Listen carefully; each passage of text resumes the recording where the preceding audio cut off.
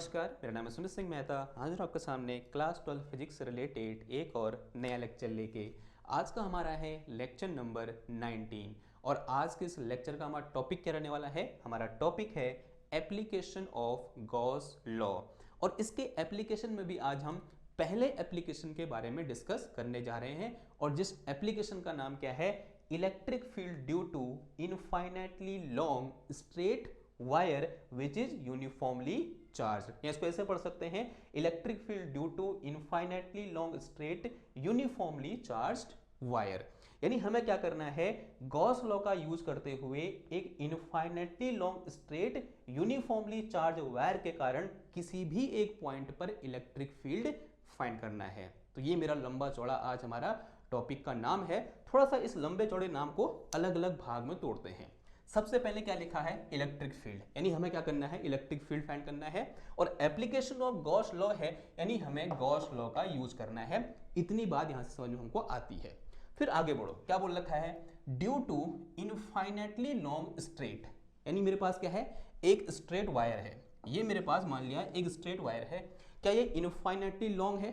क्या इसकी length infinite है? इनफाइनाइट का मतलब क्या हुआ, यानी जिस लेंथ के बारे में मुझे पता नहीं है कि कितना लंबा है, तभी तो वो इनफाइनाइट हुआ।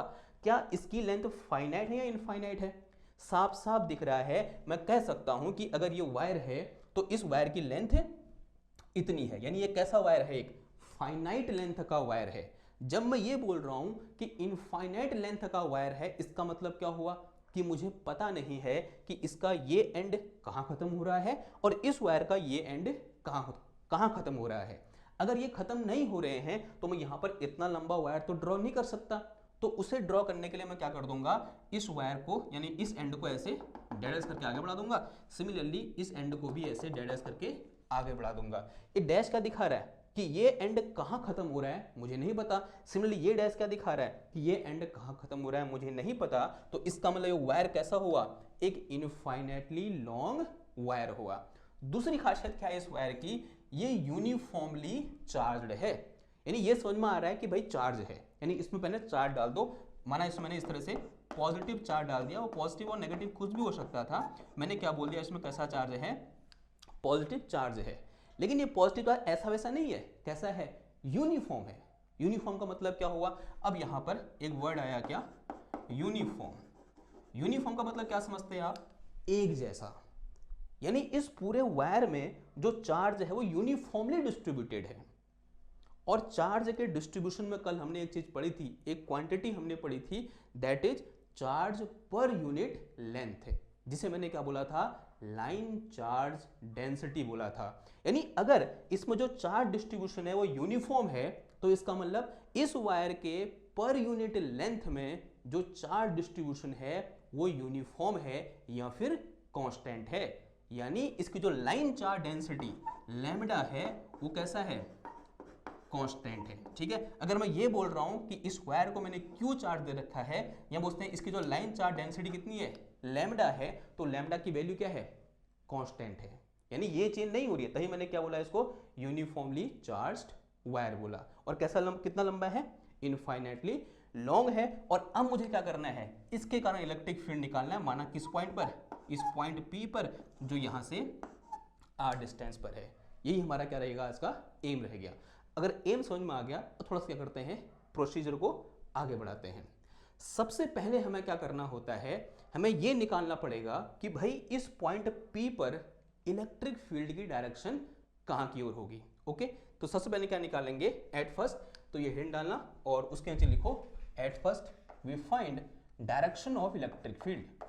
ओके, क्योंकि ये हमें जरूरत पड़ेगी, direction of electric field due to this infinitely long charged wire या फिर यूनिफॉर्मली चार्ज्ड वायर। ओके, अब मेरे पास ये वायर है, मैं यहां पर इस तरह से वायर बना रहा हूं सबसे पहले तो। और कैसा वायर है, इनफाइनाइटली लॉन्ग वायर है। ये अज्यूम कर लिया मैंने।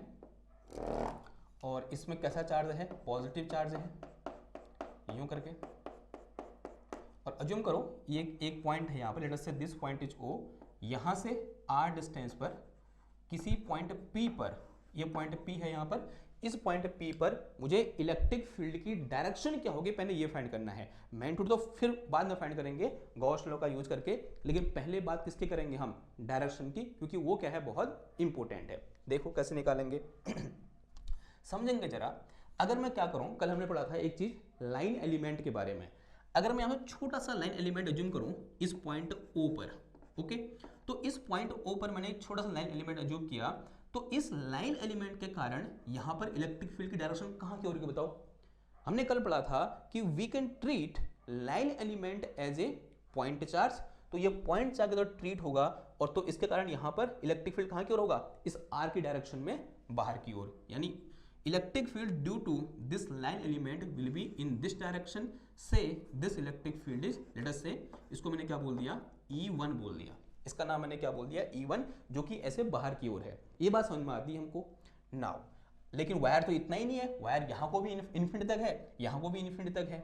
अब मैं क्या कर रहा हूँ, इस O से यहाँ पर एक पॉइंट जूम कर रहा हूँ, लेट अस से this point is M, okay, और इतनी ही डिस्टेंस पर O से नीचे की ओर यहाँ पर एक पॉइंट अज्यूम कर रहा हूँ, लेट अस से दिस पॉइंट इज N। तो यहाँ पर मेरे पास जो OM है वो किसके बराबर है, ON के बराबर है, ओके।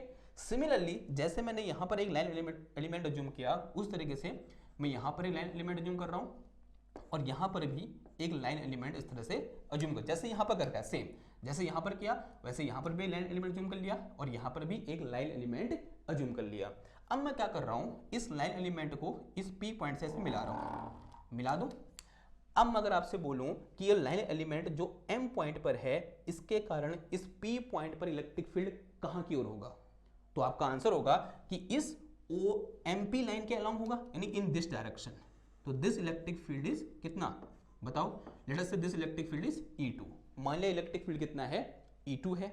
दूसरा, अगर मैं किसी का इलेक्ट्रिक फील्ड निकालना चाहूं इस लाइन एलिमेंट के कारण जो कि N पॉइंट पर है, तो ये कहां की ओर होगा बताओ। देखो ये जो डिस्टेंस है NP, this will be equal to MP। एक चीज हमको पता होनी चाहिए यहाँ पर कि जो MP होगा वो NP के बराबर होगा, और इलेक्ट्रिक फील्ड इसी डिस्टेंस पर डिपेंड करता है उसका मैग्नीट्यूड। तो इसका मतलब जो इसके कारण यहाँ पर इलेक्ट्रिक फील्ड है वो इसके कारण इलेक्ट्रिक फील्ड के यहाँ पर बराबर होगा, लेकिन डायरेक्शन क्या हो जाएगी, चेंज हो जाएगी। तो electric field due to this line element at this point P will be in this direction, कहाँ की ओर होगा, इधर की ओर होगा। लेट अस से this electric field is E2। इसकी वैल्यू क्या होगी, E2 होगी, ऑब्वियस सी बात है वेक्टर क्वांटिटी होगी, तो आप चाहो तो ऐसे वेक्टर लगा सकते हो, ओके। नाउ अब देखो थोड़ा सा दुविधा आपको यहाँ पर लग रही होगी, जब मैंने लाइन एलिमेंट यहाँ लिया इलेक्ट्रिक फील्ड इधर की ओर आ गया, जब मैंने लाइन एलिमेंट यहाँ लिया तो इलेक्ट्रिक फील्ड यहाँ की ओर आ गया, जब मैंने लाइन एलिमेंट यहाँ लिया तो इलेक्ट्रिक फील्ड यहाँ की ओर आ गया। यानी इस O पॉइंट से जो ऊपर का चार्ज है उससे कारण इलेक्ट्रिक फील्ड कहाँ की ओर है, इधर की ओर, और O पॉइंट से नीचे की ओर चार्ज है यहाँ की ओर, उसके कारण इलेक्ट्रिक फील्ड कहाँ की ओर है, इधर की ओर, और जो O पॉइंट पर चार्ज है उसके कारण इलेक्ट्रिक फील्ड कहाँ की ओर है, इधर की ओर। तो अब मैं कैसे डिसीजन लूं कि इलेक्ट्रिक फील्ड है भाई किस डायरेक्शन में। क्या ऐसा पॉसिबल है कि एक ही पॉइंट पे इलेक्ट्रिक फील्ड 3 डायरेक्शन में आ रहा है, ऐसा नहीं है ना, तो किसी एक डायरेक्शन में होगा। अब वो डायरेक्शन कौन सी होगी, वो करने के लिए मुझे क्या करना पड़ेगा, यहाँ पर वेक्टर का यूज करना पड़ेगा। Now since electric field is vector quantity, late us से दिस एंगल इज थीटा, तो ऑब्वियस सी बात है ये एंगल भी क्या होगा मेरा, थीटा होगा, because this distance equal to this distance, ठीक है। नाउ अब इस E2 को मैं क्या कर सकता हूँ, ऐसे तोड़ सकता हूँ, तो component of E2 in this direction will be कितना हो जाएगा बताओ, E2 cos थीटा, इस वाले E2 की बात करें, ठीक है, ऊपर वाले, और ऐसे क्या हो जाएगा बताओ, this will B E2 sin theta. Similarly जैसे मैंने इसको ब्रेक किया, इसको ब्रेक कर सकता हूं, तो इस E2 का एक कंपोनेंट कैसे आ जाएगा, ऐसे आ जाएगा, and this will be equal to E2 cos theta, और इसका एक परपेंडिकुलर कंपोनेंट आएगा कैसे, in this direction, and this will be equal to E2 sin theta, this will be equal to E2 sin theta. अब देखो this E2 sin theta will be equal to this E2 sin theta, and both have opposite direction, ये ऊपर की ओर है नीचे की ओर है, ये दोनों क्या कर देंगे, इसको कैंसिल कर देंगे। तो दिस इलेक्ट्रिक फील्ड या component of electric field will be cancel by this component of electric field. इतनी बात समझ में आ गई, यानी there is no electric field in this direction, तो सारा का सारा इलेक्ट्रिक फील्ड कैसे चला गया, इन दिस डायरेक्शन, यानी E2 cos theta plus E2 cos theta plus E1 सब कहाँ है, एक ही डायरेक्शन में है, और डायरेक्शन कौन सी है, ये वाली है।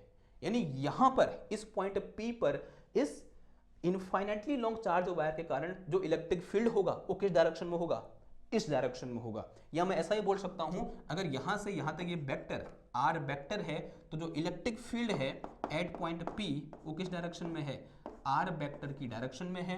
या मैं इसको ऐसे बोल सकता हूं कि जो ई पी है वो आर कैप वेक्टर की डायरेक्शन में है, और जो आर कैप है वो क्या है मेरे पास, R cap equal to R vector divided by magnitude of R. We can say this R cap is unit vector in the direction of R vector. ये बात समझ में आ रही है आपको। नाउ इसको कहने का एक और तरीका हो सकता है। देखो मैं क्या कर रहा हूं, इस P पॉइंट को लेते हुए इस P पॉइंट से एक R रेडियस का सर्कल खींच रहा हूं। खींच दूं, देखो इस P पॉइंट से एक R रेडियस का सर्कल खींच रहा हूं। ये बात आपको समझ में आ रही है। मैंने क्या किया, यहां पर एक सर्कल खींच दिया इस तरह से, इस P पॉइंट से होता हुआ, और ऑब्वियस सी बात है इस सर्कल की रेडियस कितनी हो जाएगी, R हो जाएगी। ये बात समझ में आ रही है आपको, ठीक है। ये डिस्टेंस यहां से यहां तक कितनी होगी, ऐसे करके ये R होगी। ओके, नाउ अब जरा समझना ध्यान से, अगर मैं इस P पॉइंट को यहां लेकर यहां लेता, कहां पर, यहां पर, तो सेम चीज में यहां पर भी करता। ये डिस्टेंस यहां से यहां तक कितनी है, R है। सेम चीज में यहां पर भी करता जो मैंने यहां पर करी, और यहां भी इलेक्ट्रिक फील्ड कैसे निकल के आता, ऐसे निकल के आता। अगर मैं ये P पॉइंट यहां ले लेता तब भी तो वही बात होती, तो तब भी इलेक्ट्रिक फील्ड कहां के निकल के आता, ऐसे निकल के और आता, मतलब इस तरह से बाहर क्यों निकल के आता, यूं इस लाइन के अलोंग ऐसे बाहर की ओर। और अगर मैं यहां लेता P पॉइंट को, अगर मैं P पॉइंट को यहां पर लेता, तो बताओ इलेक्ट्रिक फील्ड कहां की ओर निकल के आता, इधर की ओर निकल के आता। ये बात समझ में आ रही है आपको, थोड़ा बहुत फील आ रहा कुछ, ओके। यानी इस पूरे सर्कल के सर्कमफ्रेंस में मैं किसी भी पॉइंट पर लूं तो इलेक्ट्रिक फील्ड कहां की ओर है, रेडियस से बाहर की ओर है। यानी जिस डायरेक्शन में रेडियस है उस डायरेक्शन में से बाहर की ओर है। तो ऐसा भी बोल सकते हैं कि electric field due to infinitely long straight wire is radially outward. और वो कब, जब एक ऐसा चार्ज हो, पॉजिटिवली चार्ज हो। तो जो direction of electric field, direction of electric field is radially outward, radially outward. वो भी कब, when our charge positively charge wire कैसा होगा, पॉजिटिवली चार्ज होगा। अगर वायर नेगेटिवली चार्ज होगा तो ऑब्वियसली डायरेक्शन क्या हो जाएगी, चेंज हो जाएगी, ठीक है।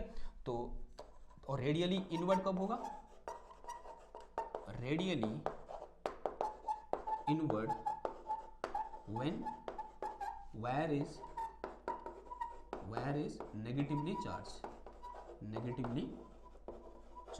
जो चार्ज होगा कैसा होगा, अगर हमसे नेगेटिव चार्ज होता तो इलेक्ट्रिक फील्ड कैसा होता, रेडियली इनवर्ड होता। तो ये बात बहुत इंपॉर्टेंट है, आपको ध्यान रखनी है कि भाई कि अगर मेरे पास इस तरह से एक इनफाइनाइटली लॉन्ग चार्ज वायर है तो direction of electric field is radial. किस डायरेक्शन में होगा, रेडियल डायरेक्शन में होगा। अगर आपको इतनी बात समझ में आ गई, ये पूरा डिस्कशन आपको समझ में आया, तो आप क्या करते हैं, डायरेक्शन निकल गई, आप करते हैं किसकी बात, मैग्नीट्यूड की बात। अब इन डालो क्या, मैग्नीट्यूड ऑफ इलेक्ट्रिक फील्ड। पहले क्या निकाली हमने, डायरेक्शन। अब किसकी बात करेंगे हम, मैग्नीट्यूड ऑफ इलेक्ट्रिक फील्ड। और किसका यूज करेंगे, गॉस लॉ का यूज करेंगे, ठीक है। तो करो फटाफट, क्या दिक्कत है। Now magnitude of electric field, magnitude of electric field. देखो भाई, अगेन अज्यूम कर लो कि मेरे पास क्या है, एक इनफाइनाइटली लॉन्ग चार्ज वायर है। तो इस तरह से हम अज्यूम कर लेंगे, यूं करके, और फिर ऐसे, ये ओके। तो इसमें ऐसे पॉजिटिव चार्ज डाल दो, ओके। याद रखना है थिन वायर है, बहुत पतला वायर है, तभी मैं ऐसे दिखा रहा हूं, ओके। तो this is my thin wire which is uniformly charged. और ये पॉइंट O बोल दो, इस पॉइंट O से R डिस्टेंस पर किसी पॉइंट P पर, ये वो पॉइंट P है, इस P पॉइंट पर मुझे क्या करना है, इलेक्ट्रिक फील्ड की इंटेंसिटी निकालनी है। डायरेक्शन बदल गई, डायरेक्शन कैसे होगी, रेडियली आउटवर्ड। नाउ अब क्या निकालना है, मैग्नीट्यूड। देखो पहला स्टेप क्या रहेगा, हमें क्या करना है, गॉस लॉ लगाना है।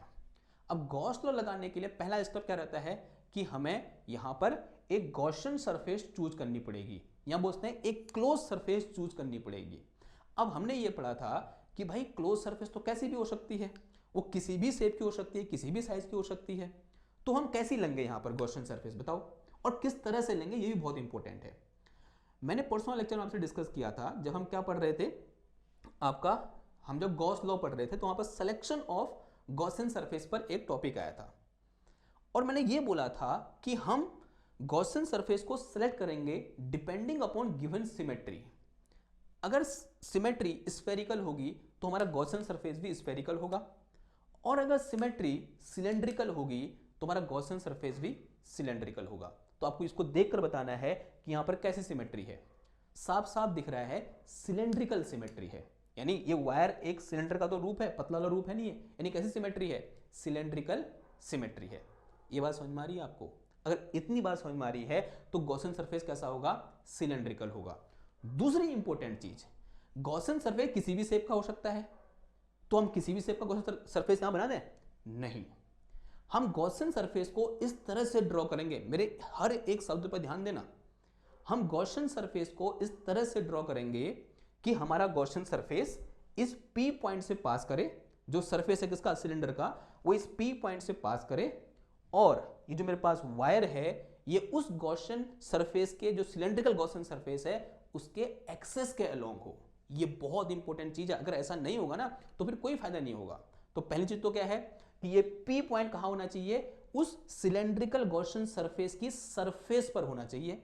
दूसरा इंपॉर्टेंट पॉइंट क्या है कि ये जो मेरे पास चार्ज वायर है, इनफाइनेटली लॉन्ग वायर है, ये उस सिलेंडर के एक्सेस से पास करना चाहिए। तो गॉसियन सरफेस कैसा हो जाएगा, कुछ ऐसा हो जाएगा। तो यहां से ऐसे ड्रॉ कर लो यूं, और यहां से उतनी डिस्टेंस पर इधर आ जाएगा, बिकॉज ये एक्सेस है उसकी, तो ये उतनी डिस्टेंस पर इधर आ गया, और ये ओके। तो this is our Gaussian surface, ये हमारी क्या है, गॉसियन सरफेस है। और ये क्या है, एक्सेस ऑफ गॉसियन सरफेस, और ये कौन सा वाला, ये कर्व सरफेस है, और ये ऊपर के दो क्या है, फ्लैट सरफेस है। तो ये दो क्या है मेरे पास, इस तरह से फ्लैट सरफेस, और ये और ये कौन सा सरफेस है, ये वाला, ये कर्व सरफेस है। ये बात समझ में आ रही है आपको? ओके। और ये जो पॉइंट P है वो कहाँ रखा हुआ है, उस कर्व सरफेस पर किसी एक पॉइंट पर है। ओके। तो इस तरह से हमने क्या किया, यहाँ पर गॉसियन सरफेस को ड्रॉ किया। क्लियर बात? नाउ अब हमको एक फॉर्मूला पता है, तो हमें क्या क्या निकालना है, flux passing through this Gaussian surface. अगर मैं फ्लक्स का फॉर्मूला लिखूं तो फाई इक्वल टू क्या होता है, इंटीग्रेशन E डॉट dA होता है, नहीं होता, हमने पढ़ा हुआ है। ठीक है। नाउ अब हमें क्या करना है, ये फ्लक्स की वैल्यू निकालनी है। अब एक बार गौर से इसको देखो, यहां पर कितनी सरफेस आपको दिख रही है, 3 सरफेस है यहां पर। कौन कौन सी, एक ये वाली, एक ये वाली, एक ये वाली। इसे मैं बोल रहा हूं सरफेस 1, इसे मैं बोलता हूं, इसको थोड़ा सा डार्क बना दो ताकि विजुअलाइजेशन अच्छा हो जाए। सिमिलरली इसको ऐसे डार्क बना दो, ये ठीक। This is my surface 1, this is my surface 2 and this curve surface, let us say this is my surface 3. okay now अगर मैं surface 1 की बात करूं तो surface 1 में जो एरिया वेक्टर होगा कहां की ओर होगा, in this direction. okay अगर मैं यहां पर छोटा सा एरिया एलिमेंट लेता हूं इस तरह से, तो कहां की ओर होगा, ऐसे बाहर की ओर। let us say this is DA1 vector. Okay जो कहां की ओर है, ऐसे अपवर्ड डायरेक्शन में। देखो क्यों हुआ अपवर्ड डायरेक्शन में, अगेन ये सैंड का बॉक्स बड़ा काम आ रहा है हमारा। देखो ये वाला ऊपर वाली बात कर, ये सरफेस 1 है, ये सरफेस 2 है, ये सरफेस 3 है। ठीक है। इस सरफेस 1 में अगर मैं एरिया वेक्टर लूंगा, and area vector is always perpendicular to the surface, यानी कैसे होगा, ऐसे होगा। ठीक है, ये बात समझ में आई। तो this is my area vector in this direction. Now अगर मैं इस पॉइंट पे इलेक्ट्रिक फील्ड निकालूंगा, तो हमने पढ़ा है कि electric field is radially outward, यानी इस पॉइंट पे इलेक्ट्रिक फील्ड कहां की ओर होगा, इधर की ओर। तो लेट अस से this electric field is E1, और यहाँ पे इलेक्ट्रिक फील्ड और एरिया वेक्टर के बीच का एंगल कितना है, theta equal to 90 degree. Okay. Now अब इस फॉर्मूले का यूज करो, अगर थीटा इक्वल टू 90 है तो EDA cos 90 आ जाएगा। देखो अगर मैं ये निकालूं, flux passing through this surface 1 phi 1 will be equal to क्या हो जाएगा बताओ, this will be equal to E integration E dot DA होगा, और this will be equal to integration EDA cos 90, EDA cos 90, और cos 90 कितना होता है, 0 होता है। तो ये 0 यानी इंटीग्रेशन के अंदर 0, तो पूरा कितना हो जाएगा 0, यानी फाई 1 इक्वल टू 0, यानी इससे निकलने वाला फ्लक्स कितना हो जाएगा, 0 हो जाएगा भाई। सिमिलरली यहाँ आओ, इस सरफेस 2 में आओ, यहाँ पर अगेन क्या करो, इस तरह से एक यूं करके एक छोटा सा एरिया एलिमेंट चूज कर लो। किस सरफेस में, इस सरफेस में, तो इसका एरिया वेक्टर कैसे होगा, ऐसे नीचे की ओर, ठीक है। तो area vector will be like this, late us से दिस इज dA2 वेक्टर बोल दो इसको। अब यहाँ पर इलेक्ट्रिक फील्ड कैसे होगा, रेडियली आउटवर्ड, यानी कहाँ की ओर, इस डायरेक्शन में, देखो कहाँ की ओर होगा, ऐसे रेडियली आउटवर्ड, लेट अस से this electric field is E2 vector. Again यहाँ पर एंगल कितना है भाई, 90 डिग्री का एंगल है। अगर एंगल 90 डिग्री है तो again flux passing through this surface 2 is also equal to 0। Okay, तो सेम कैलकुलेशन होगी और flux passing through this surface 2 equal to कितना आ जाएगा, 0 आ जाएगा। क्लियर बात। तो इसका मतलब इस वायर के कारण जो भी यहाँ पर फ्लक्स पास करेगा वो सिर्फ किस सरफेस से करेगा, इस कर्व सरफेस से। अब वो भी करेगा या नहीं करेगा कब पता चलेगा, जब यहाँ पर इस एंगल के बारे में हम क्या लेंगे, जानकारी लेंगे। ठीक है, जरा समझो। अब किसकी बात कर रहा हूं मैं, इस कर्व सरफेस, इनका तो बंटाबाड़ हो गया, ये गया ये गया, क्योंकि फ्लक्स इतना हो गया, इनसे 0 हो गया। अब बारी किसकी है, इस थर्ड सरफेस की। तो इस थर्ड सरफेस को जरा गौर से देखो। मैं जैसे ही मैंने यहाँ पर एरिया एलिमेंट लिया, यहाँ एरिया एलिमेंट लिया, मैं यहाँ भी क्या कर रहा हूँ, छोटा सा इस तरह से एरिया एलिमेंट चूज कर रहा हूँ, कर लिया चूज। ठीक है, लेट अस से this area element is DA3 बोल दो। ठीक है, अब बताओ फिर एरिया एलिमेंट कैसे होगा, यहाँ पर ऐसे होगा, यहाँ ऐसे, because perpendicular to the surface, यहाँ ऐसे, यहाँ ऐसे, यहाँ ऐसे, यहाँ ऐसे। अब ये पॉइंट यहाँ पर है, ये पॉइंट यहाँ पर है, तो एरिया वेक्टर कैसे होगा, ऐसे होगा नहीं होगा। तो eight this point this area vector will be in this direction, late us से दिस इज DA3 वेक्टर। तो DA3 वेक्टर है वो कहाँ की ओर है, ऐसे आउटवर्ड डायरेक्शन में है। ये समझ में आई। नाउ इस पॉइंट पर इलेक्ट्रिक फील्ड कहाँ की ओर होगा बताओ, eight this point electric field is also in this direction because this. ठीक है, उतना बड़ा कैलकुलेशन, मतलब इतना बड़ा डिस्कशन क्यों किया हमने, तभी तो किया। तो यहाँ पे इलेक्ट्रिक फील्ड कैसे होगा, ऐसे होगा, लेट अस से दिस इलेक्ट्रिक फील्ड इज, इसको E बोल दो, मैं खाली E3 बोल रहा हूँ, अच्छा नहीं लग रहा है, E बोल दिया मैंने। क्लियर। तो E is the electric field at this point and which is in this direction, out radially outward. अब देखो फिर यहाँ पर इस एरिया वेक्टर और इस E के बीच कितना एंगल है बताओ, this angle is 0, theta equal to कितना है यहाँ पर, 0 है। It mean flux passing through this curve surface, this surface 3, यहाँ पर लिख के चलना। Now from since we can write flux passing through this curve surface will be equal to phi 3 and this is equal to from this formula integration E dot कितना आ जाएगा, ये DA3 आ जाएगा। तो यहाँ से मेरे पास कितना निकल के आया, phi 3 will be equal to integration, देखो दोनों के एंगल कितना है, 0 है, तो this is E DA3 cos 0 आ गया। ठीक है, यहाँ पर मैंने A डॉट बी का फॉर्मूला लगा दिया। A dot B equal to क्या होता है, A into B into cos theta होता है। ठीक है, और थीटा इक्वल टू कितना है भाई, साफ साफ दिख रहा है, 0 है। तो यहाँ से मेरे पास phi 3 will be equal to क्या आ गया, इंटीग्रेशन E DA3 आ गया। ओके, अब देखो, अब मुझे इलेक्ट्रिक फील्ड निकालना है। ये इलेक्ट्रिक फील्ड मैं तभी निकाल सकता हूं, ध्यान समझना बात को, इस इलेक्ट्रिक फील्ड का कैलकुलेशन मैं तभी कर सकता हूं जब ये इंटीग्रेशन से बाहर आ जाए। और कोई चीज इंटीग्रेशन से कब बाहर आती है, जब वो कांस्टेंट होती है। और ये जो इलेक्ट्रिक फील्ड E है वो कहां पर है, इस गॉसियन सरफेस की जो कर्व सरफेस है उस पर है। अब जरा गौर से समझना बात को। ठीक है, यानी अगर मैं यहां पर इस तरह से सर्कल खींचूं, इस P पॉइंट से होता हुआ, और ये सर्कल कहां पर है, अगर आप इसको विजुलाइज कर पा रहे हो, ये सर्कल इसकी पूरे सरफेस पर है, ऐसे खींच रखा है मैंने। क्लियर बात। नाउ मेरा क्वेश्चन ये है कि अगर मैं यहाँ पे इलेक्ट्रिक फील्ड निकालूं, यहाँ निकालूं, यहाँ निकालूं, यहाँ निकालूं, यहाँ निकालूं, यहाँ निकालूं, यहाँ निकालूं, यहाँ निकालूं, यहाँ along this surface, along this circle and on the surface of this curve part of this cylindrical Gaussian surface, her point पर इलेक्ट्रिक फील्ड का मैग्नीट्यूड क्या होगा, सेम होगा। ये बहुत इंपॉर्टेंट चीज है, क्योंकि ये डिस्टेंस क्या है, सेम है। यही रीजन था मैंने इस वायर को इसके एक्सेस से पास कराया। हर चीज के पीछे कारण है, ऐसे पास नहीं करा दिया। ओके, अब यहां पर गॉसियन सरफेस ये कर्व वाली ऐसे क्यों ली, बिकॉज थीटा इक्वल टू 0 हो गया। ऐसा करने से फायदा होगा हमको, देखना है अभी। अब दूसरी चीज ये है कि ऐसा करने से क्या हुआ, इस वायर को इसके एक्सेस से पास कराने से क्या हुआ, इसके चारों ओर जो गॉसियन सरफेस है उस सरफेस पर हर पॉइंट पर इलेक्ट्रिक फील्ड का मैग्नीट्यूड क्या हो गया, सेम हो गया। ठीक है, क्यों, बिकॉज इलेक्ट्रिक फील्ड ऐसा तो होता है, electric field is inversely proportional to r square, ऐसे को वेरी करता है ना पॉइंट जाते कारण। अगर हम इसके अकॉर्डिंग देखें, अगर आर सेम है, अगर r चेंज नहीं हो रही है तो इलेक्ट्रिक फील्ड भी चेंज नहीं होगा, यानी इस पूरी सरफेस पर हर पॉइंट पे इलेक्ट्रिक फील्ड क्या है, सेम है अलोंग दिस सर्कल। क्लियर बात, ओके।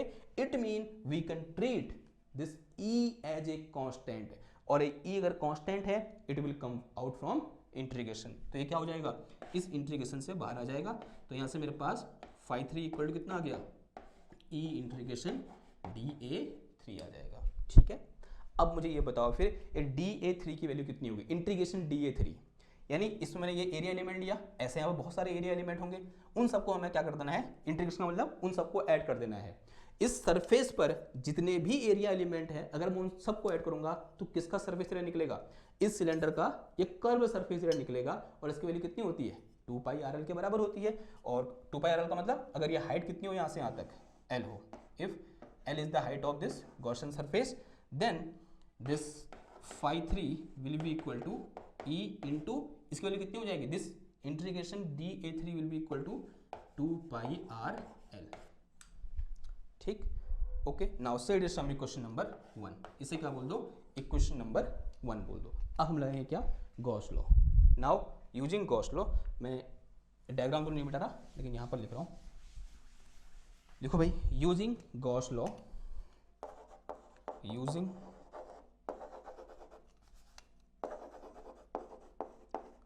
गॉस लॉ, क्या होता है Gauss law, since from Gauss law we all know that phi is equal to Q enclose divided by epsilon naught, ये तो गॉस लॉ है हमारे पास, है या नहीं है। अब जरा देखना ध्यान से, देखो यहाँ से निकलने वाला फाई 0 हो गया, यहाँ से निकलने वाला फाई 0 हो गया, बचा कौन सा वाला फाई, ये वाला जो कि इस कर्व सरफेस से निकल रहा है, and this phi we named it as a φ3। तो φ3 इक्वल टू कितना हो जाएगा, Q enclose divided by epsilon nought, यानी अगर मुझे क्या पता चल जाए, Q इनक्लोज निकल जाए तो φ3 निकल जाएगा। तो Q इनक्लोज निकालने के लिए ये लेंथ कितनी है बताओ, यहाँ से यहाँ तक L है, इसकी मैंने चार्ज डेंसिटी कितनी बोल रखी है, लैम्डा, अभी उसने थोड़ी देर शुरुआत में बोली थी ना कि इसकी जो लीनियर चार्ज डेंसिटी है वो कितनी है, लैम्डा है। तो इसका मतलब क्या हो जाएगा, लैम्डा इज इक्वल टू कितना आ जाएगा, Q enclose divided by epsilon naught, oh sorry, Q enclose divided by charge per unit length, Q enclose divided by L आ जाएगा। तो यहाँ से मेरे पास Q enclose is equal to कितना आ जाएगा, लैम्डा इंटू L। ये बात समझ में आ रही है आपको, मैंने लेक्चर के फर्स्ट में बोला था जो वायर मैंने लिया है उसकी लीनियर चार्ज डेंसिटी या फिर लाइन चार्ज डेंसिटी कितनी है, लैम्डा, और लाइन चार्ज डेंसिटी क्या होती है, चार्ज पर यूनिट लेंथ। अगर इतनी लेंथ में, L लेंथ में Q चार्ज इनक्लोज कर रखा है इसने, किसने, इस गॉसियन सरफेस ने, यानी L लेंथ का चार्ज कितना है, Q इनक्लोज के बराबर है। तो यहाँ से मेरे पास लैम्डा इक्वल टू कितना आ जाएगा, चार्ज पर यूनिट लेंथ, तो यहाँ से Q इनक्लोज कितना आ गया, लैम्डा इंटू L। तो इसको उठा कर पुट कर दो, φ3 इक्वल टू कितना आ जाएगा, ये lambda L divided by epsilon nought, say it is some equation number कितना बोल दूंगा, 2 बोल दूंगा। Now equating equation 1 and equation 2, you can see that both have same left hand side, तो राइट हैंड साइड भी क्या होगा हमारा, सेम हो जाएगा। अगर राइट हैंड साइड सेम हो जाएगा तो यहाँ से कितना आ जाएगा, E into 2πrl is equal to कितना आ गया, lambda L upon epsilon nought. ठीक है, इसके नीचे लिख देना आप, from equation 1 and 2 both have same left hand side, तो right hand side is also equal.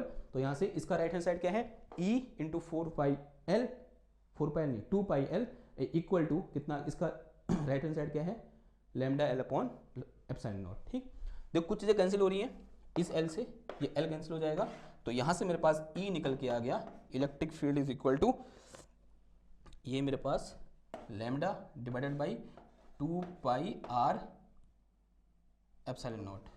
ठीक है, तो this is electric field due to infinitely long charged wire. और किसका यूज किया हमने, गॉस लॉ का यूज किया। ये क्या होगा इसका मैग्नीट्यूड, ये क्या होगा इसकी डायरेक्शन, यानी complete solution for electric field due to infinitely long charged wire. अब थोड़ा सा अच्छे फॉर्म में लिख दो, E इक्वल टू कितना आ जाएगा, देखो इसको मैं 1/2π एप्सिलॉन नॉट लिख सकता हूँ, और इनटू कितना आ गया, ये लैम्डा अपॉन r आ गया। ठीक,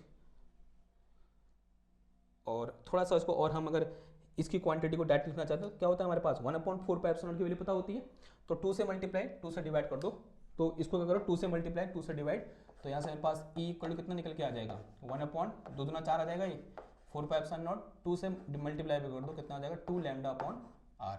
तो this is formula of electric field due to infinitely long charge wire. और अगर फॉर्मूला आएगा तो अब इसकी जरूरत है नहीं, इसको मिटा दूं मैं इसको मिटा रहा हूं, ठीक। तो विथ डायरेक्शन कैसे लिख दूंगा, E will be equal to 1/4 pi epsilon naught, this is 2 lambda upon r, और यहाँ कितना आ जाएगा r cap is unit vector in radial direction, ठीक है। तो दिस इज वेक्टर फॉर्म। कैसे होगा ऐसे, रेडियली आउटवर्ड। क्यों, इतना बड़ा जो पहले हमने किया था उसके अकॉर्डिंग हमने डायरेक्शन लिखी, और मैग्नीट्यूड हमने कहाँ से फाइंड किया, गॉस लॉ के हेल्प से फाइंड किया। क्लियर बात, ओके। अगर इतनी बात क्लियर हुई, अब आपके दिमाग में एक क्वेश्चन यहाँ पर आना ही चाहिए, और वो क्वेश्चन ये है कि क्यों हमने यहाँ पर इनफाइनाइटली लॉन्ग चार्ज्ड वायर लिया। आंसर बड़ा सिंपल है कि Gauss law is valid every time, चाहे किसी भी टाइप का चार्ज डिस्ट्रीब्यूशन हमारे पास हो, गॉस लॉ हमेशा वैलिड करता है, लेकिन it is not useful every time. So Gauss law is useful in case of infinitely long charged wire, but it is not useful in case of finite length का जो charge wire होता है उस case में वो use नहीं आता है। That's why we cannot find electric field due to a finite length charge wire by using Gauss law। अब ऐसा क्यों होता है, एक बार इसको डिस्कस कर लेते हैं, बहुत इंपॉर्टेंट डिस्कशन है, ठीक है। तो ऐसे लिख के चलेंगे, assumption of infinitely long charge wire, why it is necessary, ये बता दूं मैं, ठीक है। तो हिंट डालने इस तरह से, assumption of infinitely long charge wire is very very important.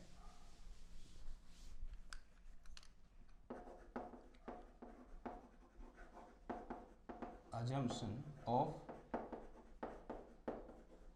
Infinitely long wire is very very important.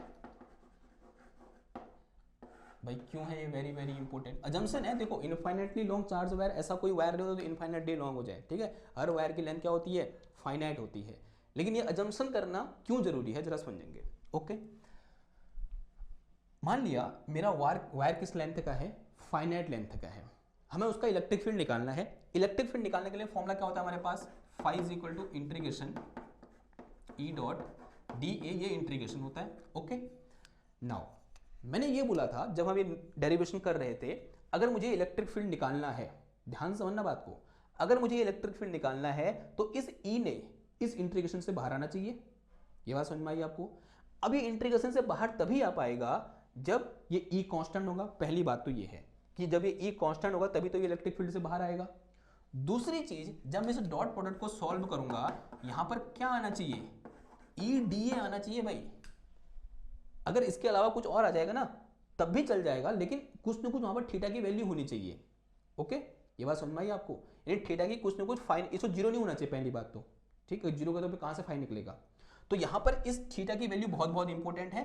और सबसे ज्यादा फायदा कब होता है, जब थीटा कितना हो मेरे पास, जीरो हो। मैं क्या लिख दूंगा उसको, डी ए लिख दूंगा, ओके। तो यहां से फाई इक्वल टू कितना आ जाएगा, ई कांस्टेंट होगा तो बाहर आ जाएगा इंटीग्रेशन डी ए, फिर यहाँ पे मैं गॉस लगाऊंगा, फाई निकाल दूंगा, ई निकल के आ जाएगा। ये मेरा अभी तक प्रोसेस है। ये प्रोसेस जब मैं इनफाइनाइटली लॉन्ग चार्ज वायर ले रहा हूं तो हो रही है, अभी हमने देखा वो।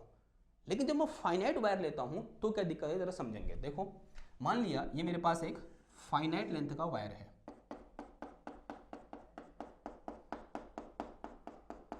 ओके। ये अब मैंने मान लिया मुझे इस पॉइंट पर, ये पॉइंट P है, यहां पर मुझे इलेक्ट्रिक फील्ड फाइंड करना है। क्या करूंगा, इससे होता हुआ इस तरह से एक गॉसियन सरफेस खींच दूंगा, यूं करके खींच दिया भाई गॉसियन सरफेस मैंने, खींच दिया, बहुत अच्छी बात है। अब देखो, अब जरा समझो इसके कारण इलेक्ट्रिक फील्ड यहाँ पर कैसे होगा, ऐसे होगा, बिकॉज इलेक्ट्रिक फील्ड लाइन ऐसे बाहर निकलेंगी, इसकी ऐसे बाहर निकलेंगी, इसके ऐसे बाहर निकलेंगी, इसके ऐसे बाहर निकलेंगी, इसकी ऐसे ऐसे ऐसे, फिर यहाँ ऐसे निकलेंगी। यानी जो इलेक्ट्रिक फील्ड है, अभी तक तो मुझे लग रहा है कि भाई जो एंगल है यहाँ पर इलेक्ट्रिक फील्ड और एरिया वेक्टर के बीच कितना है, जीरो है। ये अच्छा तभी लगता है जब वायर इनफाइनाइटली लॉन्ग हो, लेकिन फाइनाइट है, मुझे पता है इस वायर का एंड ये है, इस वायर का एंड ये है। अब इस एंड को थोड़ा जूम करो, ये जो एंड है ना इसका, ये वाला, इसको जूम करो देखो क्या मिलेगा। आप इसे ऊपर से वायर की जो एंड होती है उसकी फोटो लो, उसको जूम करो, आपको ये वायर पहले तो ऐसा मोटा हुआ दिखेगा, ऐसा मोटा हो जाएगा, ये वायर को जूम करने के बाद है, ठीक है। जो मेरे पास थिन वायर है उसको मैंने जूम किया तो ये वायर आपको ऐसा दिखेगा, पहली बात तो, ओके। दूसरी बात, यहां आपको कैसे दिखेगा, ऊपर से ये दिखेगा ऊपर का क्रॉस सेक्शन, यहां भी क्या होगा, इस तरह चार्ज डिस्ट्रीब्यूटेड होगा, होगा नहीं होगा, आंसर आज ही होगा। देखो अगर मैं इस चार्ज के कारण बात करूं तो ऑब्वियस सी बात है इलेक्ट्रिक फील्ड ऐसे ही होगा, फिर ऐसे ही होगा, फिर ऐसे होगा, फिर यहाँ ऐसे, फिर यहाँ ऐसे, रेडियली आउटवर्ड होगा। लेकिन जैसे मैं कहां पहुंचूंगा, एंड पॉइंट पर पहुंचूंगा, तो एंड पॉइंट पर इलेक्ट्रिक फील्ड कैसे बन जाएगा, ऐसे आ जाएगा भाई। तो एंड पॉइंट का इलेक्ट्रिक फील्ड लाइन कैसे निकलेंगी, ऐसे तो निकलेंगी, बिकॉज पॉजिटिव चार्ज है, बाहर की ओर ऐसे निकल नहीं होंगे यूं करके, ऐसा होगा नहीं होगा, ये बात समझ में आ रही है। अब ऐसा करके देखो, यहाँ पे इलेक्ट्रिक फील्ड है, ऐसे बाहर निकलेंगी यूं करके,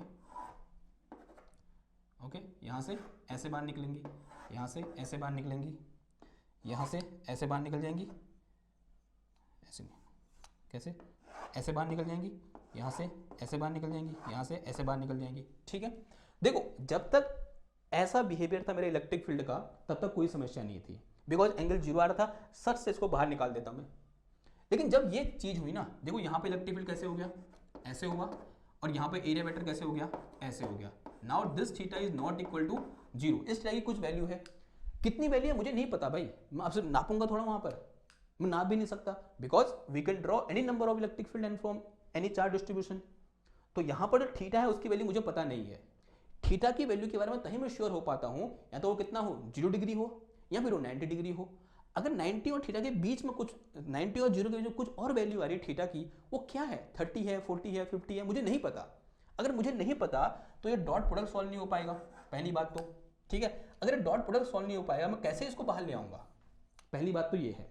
अब दूसरी समस्या कहाँ थी बता आपको, इस केस में क्या था, इसके अलोंग हर पॉइंट पे इलेक्ट्रिक फील्ड क्या था, कांस्टेंट था, ठीक है ना। अब इस पॉइंट पे क्या हुआ, ये लेंथ बढ़ गई, देखो अगर मैं यहाँ पे इलेक्ट्रिक फील्ड की बात करूं और यहाँ इलेक्ट्रिक फील्ड की बात करूं, दोनों क्या है, अलग अलग है। तो अब ये लेंथ बढ़ गई तो ऑब्वियसली बात है यहाँ पे इलेक्ट्रिक फील्ड का मैग्नीट्यूड भी क्या हो गया, बढ़ गया।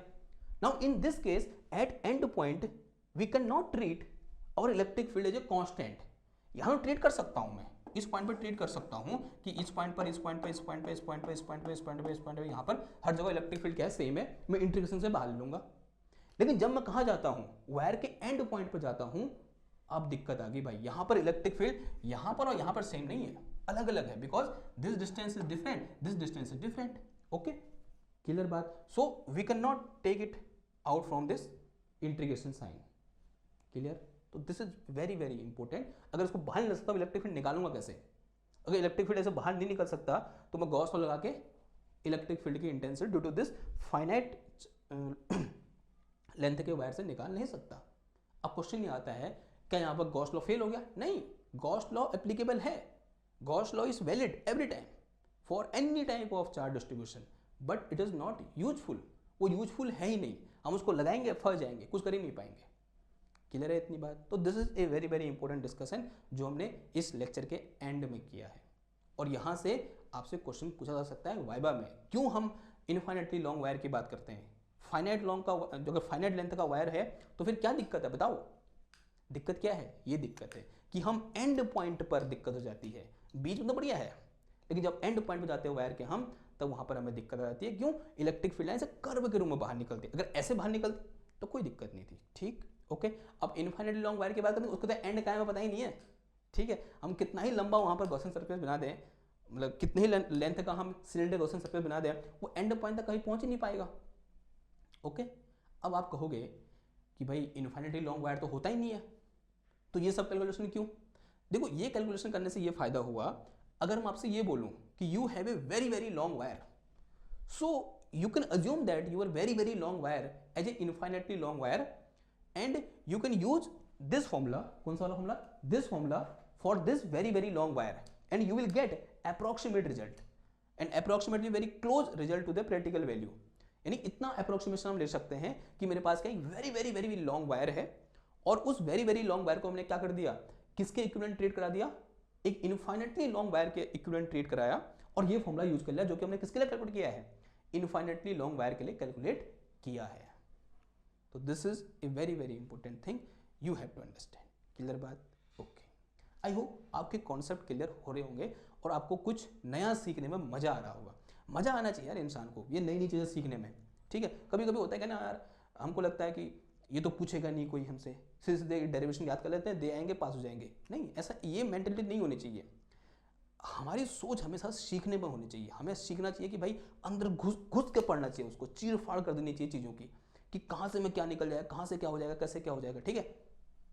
तो ये आपको देखने को मिलेगा इस चैनल में, मैं तो ऐसे ही पढ़ाता हूँ। क्लियर बात।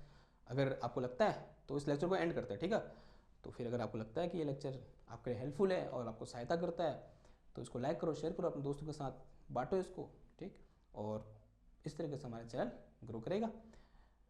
आई होप आपको आज का लेक्चर पसंद आया होगा। मैं मिलता हूँ आपसे नेक्स्ट क्लास में एक और नए टॉपिक के साथ। तब के लिए थैंक यू, धन्यवाद, बाय बाय।